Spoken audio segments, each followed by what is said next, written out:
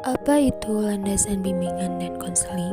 Landasan dalam bimbingan dan konseling pada hakikatnya merupakan faktor-faktor yang harus diperhatikan dan dipertimbangkan, khususnya oleh konselor selaku pelaksana utama dalam mengembangkan layanan bimbingan dan konseling.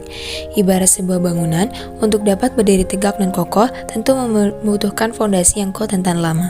Apabila bangunan tersebut tidak memiliki fondasi yang kokoh, maka bangunan itu akan mudah goyah atau bahkan ambruk. Demikian pula dengan layanan bimbingan konseling. Apabila tidak didasari oleh fondasi atau layanan yang kokoh, akan mengakibatkan kehancuran terhadap layanan bimbingan konseling itu sendiri, dan yang menjadi taruhannya adalah individu yang dilayaninya atau klien. Macam-macam landasan bimbingan konseling. Yang pertama adalah landasan filosofis. Kata filosofi atau filsafat berasal dari bahasa Yunani, yaitu philos berarti cinta dan sophos berarti bijaksana. Jadi filosofis berarti kecintaan terhadap kejaksanaan.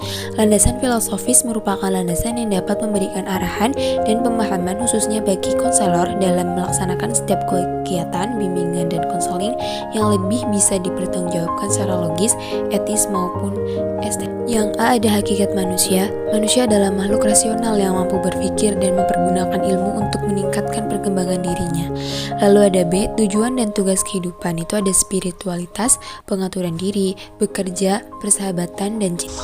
Yang selanjutnya landasan religius.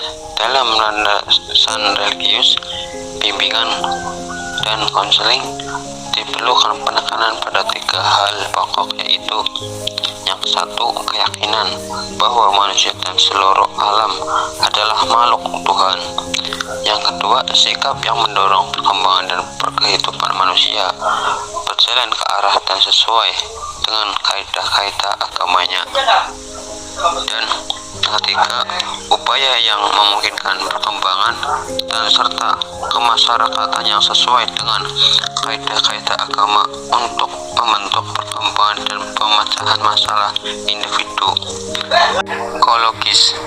Landasan psikologis merupakan landasan yang dapat memberikan pemahaman bagi konselor tentang perilaku individu yang menjadi sasaran layanan atau klien untuk kepentingan bimbingan dan konseling. Beberapa kajian psikologi yang perlu dikuasai oleh konselor adalah tentang yang A, motif dan motivasi, yang B, membawa dan lingkungan, yang C, perkembangan individu, dan D, belajar, balikan dan penguatan, yang E, kepribadian. Yang nomor 4, landasan sosial budaya.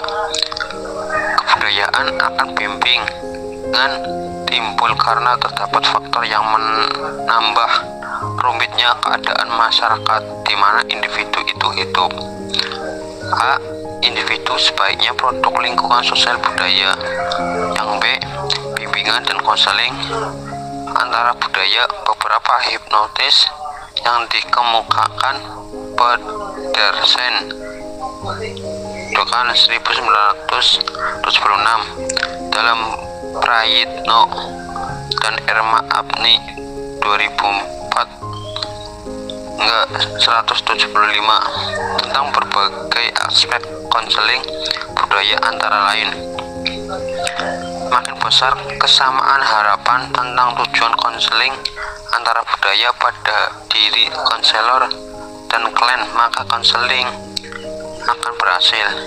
Yang kedua, makin besar kesamaan pemohonan tentang ketanggungjawab yang ketergantungan komunikasi terbuka, maka makin efektif konseling tersebut.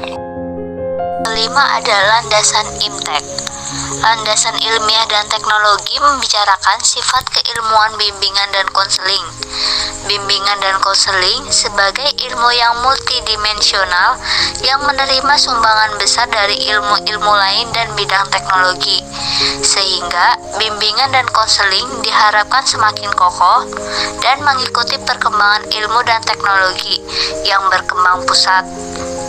Di samping itu, penelitian dalam bimbingan konseling sendiri memberikan bahan-bahan yang segar dalam perkembangan bimbingan dan konseling yang berkelanjutan.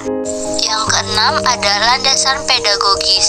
Landasan pedagogis dalam layanan bimbingan dan konseling ditinjau dari 3 segi menurut Prayitno dan Erman Amti tahun 2004, yaitu yang pertama, pendidikan sebagai upaya pengembangan individu, yang kedua, pendidikan sebagai inti proses bimbingan dan konseling, dan yang terakhir, pendidikan lebih lanjut sebagai inti tujuan layanan bimbingan dan konseling.